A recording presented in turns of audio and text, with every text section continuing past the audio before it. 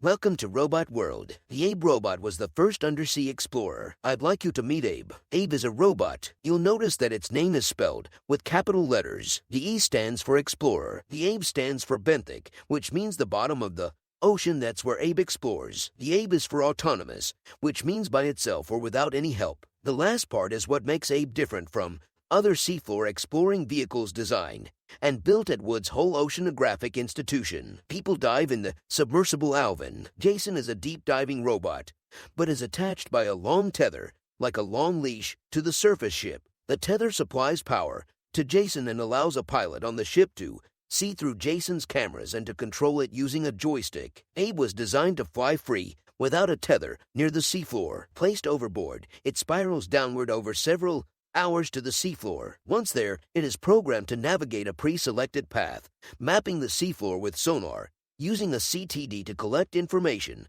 on the characteristics of seawater, or measuring the magnetism of seafloor rocks. When Abe has completed its mission, it rises back to the surface, where it is retrieved. Abe's most remarkable feature is its ability to travel at roughly the same altitude above the seafloor, even when the seafloor rises and falls. If Abe's sonar detects a volcano ahead of it, it will stop, rise, and fly over the volcano, and then lower itself back to the same altitude on the other side. Imagine trying to photograph a mountainous landscape from an airplane flying at a level altitude. You'd see the peaks well, but miss interesting details in deep canyons or valleys. Abe can follow the contours of the seafloor. Abe can be programmed, for example, to maintain a constant altitude of 10 meters above the seafloor during a typical 6 to 12-hour mission that covers 20 to 25 kilometers. Abe has 5 thrusters that automatically adjust its position over changing seafloor topography. Its design also prevents it from rolling from side to side or pitching forward or back,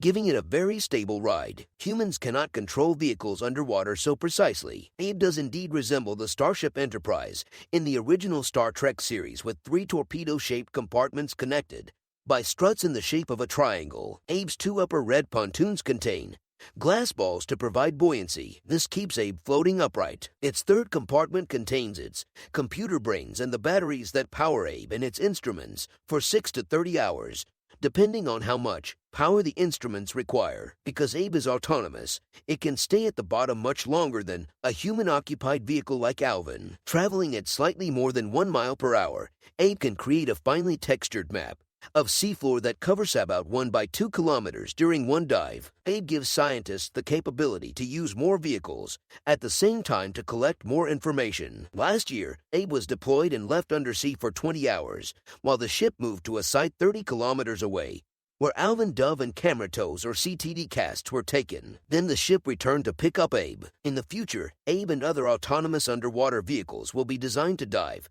collect data, dock at underwater stations, and go to sleep until scientists, perhaps directly from their office desks, signal them to wake up and do other research missions. AUVs will also play a major role at seafloor observatories, where they may be triggered to wake up to investigate a sudden, short event on the seafloor that ends long before a ship could ever reach the site, such as an earthquake or volcanic eruption. For oceanographers, AUVs offer wonderful new tools that greatly expand their abilities to boldly go exploring in Earth's final frontier. Subscribe to my channel. I will get you more videos like this.